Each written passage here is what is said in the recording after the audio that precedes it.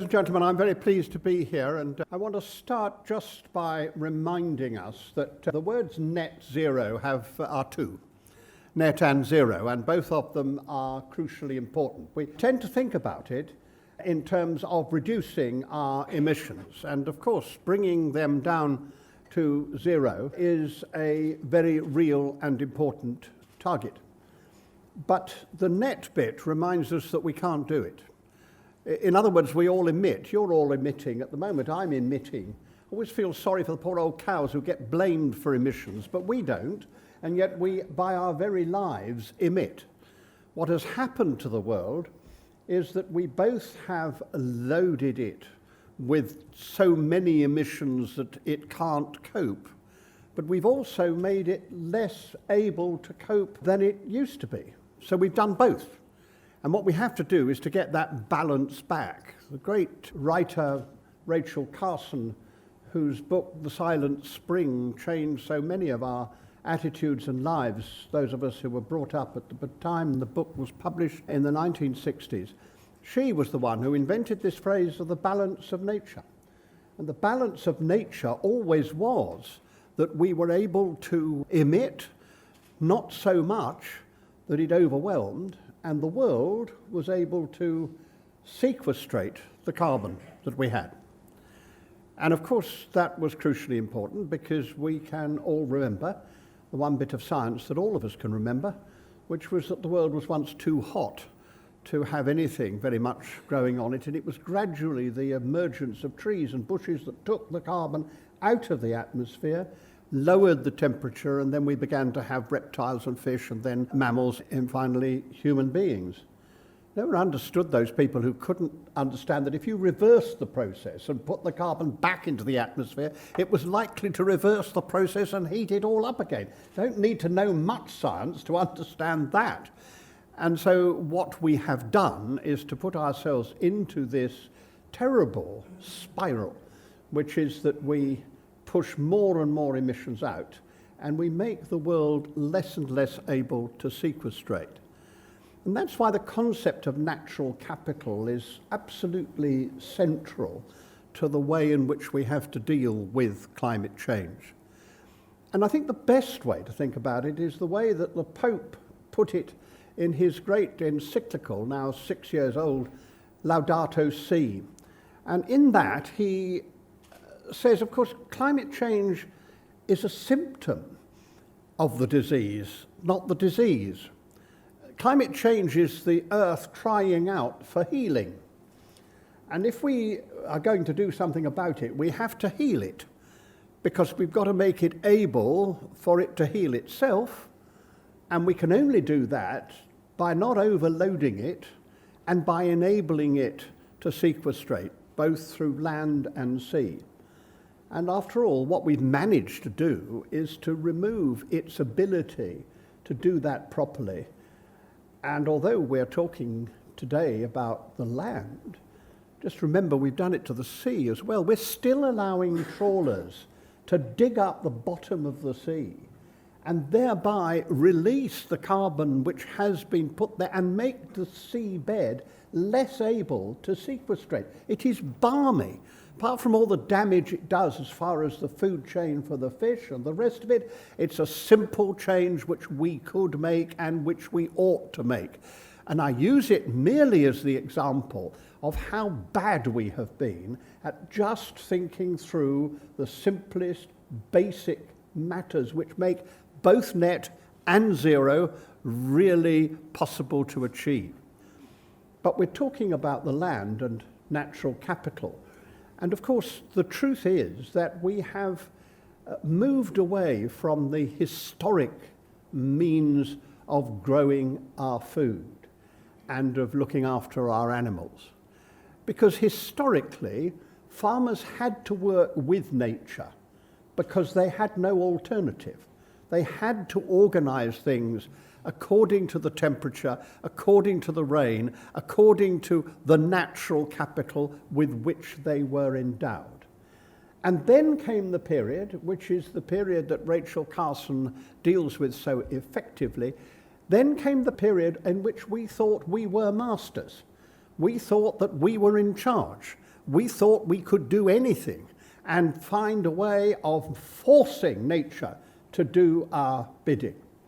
And it is that horrific moment in life when the human being became so dominant that we became so arrogant that we believed we could do anything.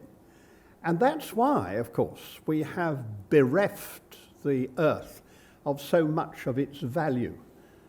If you eat your 5 a day today, you will have less nutrition than you would have had 50 years ago, because the trace elements aren't there, because we have soil which is significantly less fecund, because we have spread over it the cheap, easy way of getting more food quickly, but forgetting what we've done to the soil.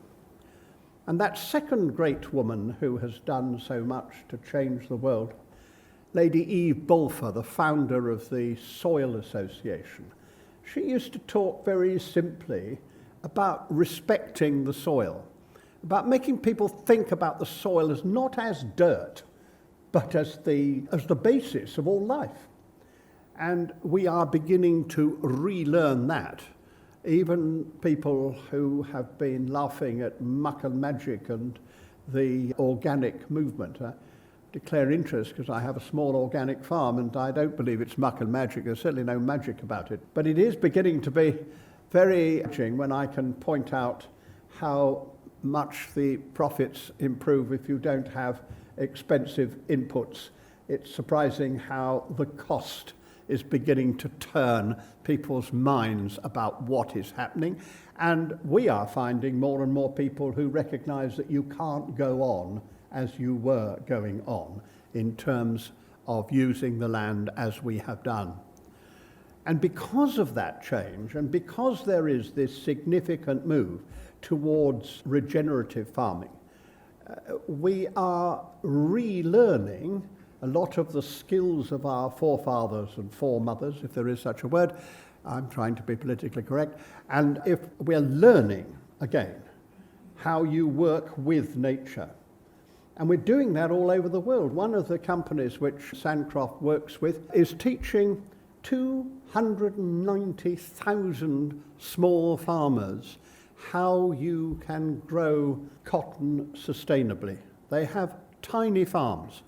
They grow several crops, but if the cotton is to be sustainable, as it is necessary for the company to be able honestly to say that their products are sustainable, then all these small farmers have in fact to learn how to live with nature again and how not to destroy the fecundity of their soil. And in that context, when Bidwell's is advising on land management and indeed on land purchase, in that context, we all of us have to recognize that this isn't a series of single things. It is a total way of looking at the world.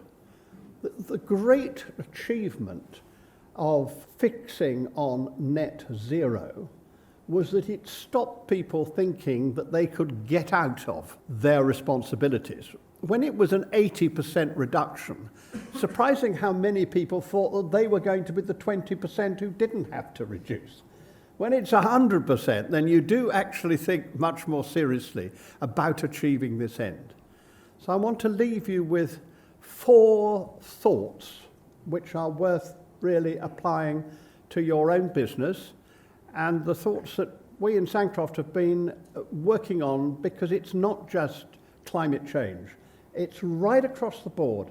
It's sustainability as a whole. And the first thought is the supply chain is crucial. Every single link in it matters and has to be watched. And does not the lessons of COVID teach us all that? Things we never thought about, we found we couldn't get and couldn't do without.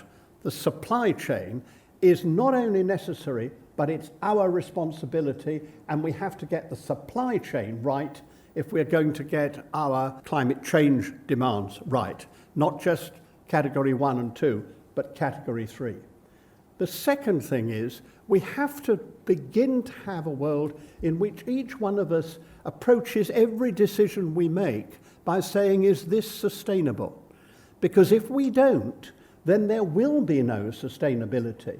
And it will in fact have an effect not only on ourselves, but the rest of the country and the world. And the third thing we have to say to ourselves is, if we want to be here, our business, our college, whatever it is, if we want to be here in 100 years' time, it's now we have to make the choices. So saying, is this sustainable, is about our future. The chairman of Coca-Cola, company we worked with for very many years and have worked with now, the chairman of Coca-Cola once said to me, as far as I'm concerned, sustainability is Coca-Cola being here in 125 years as we've been here for 125 years. That's why they now don't use 12 litres of water to produce a litre of Coke, but only 1 litre of water. And actually they renew every one of it, put more water back than they take out.